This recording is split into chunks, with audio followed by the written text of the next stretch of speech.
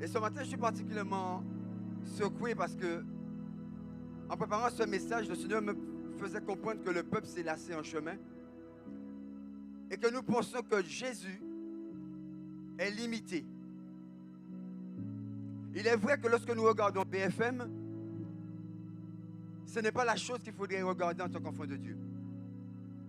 Vous avez écouté les nouvelles une fois, mais on ne peut pas passer une journée entière à réécouter que des mauvaises nouvelles.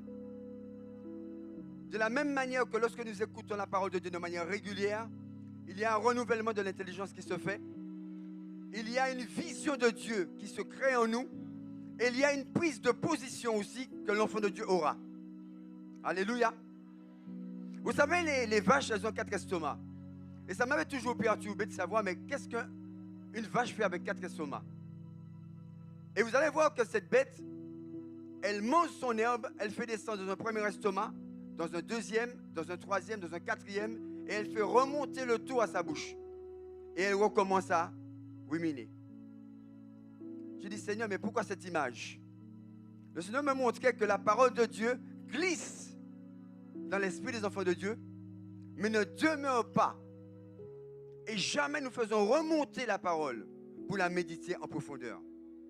La vache, lorsqu'elle fait ce genre de choses, c'est dans le but de tirer tout ce qu'il y a d'important en matière de vitamines pour elle dans cette herbe qu'elle remâche à nouveau, la rumination.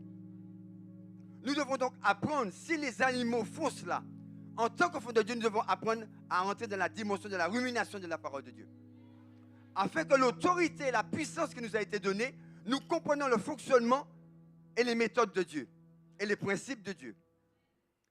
Vraiment, je suis content. La pensée qu'il m'a donnée, c'était celle-là. Christ, ton assurance.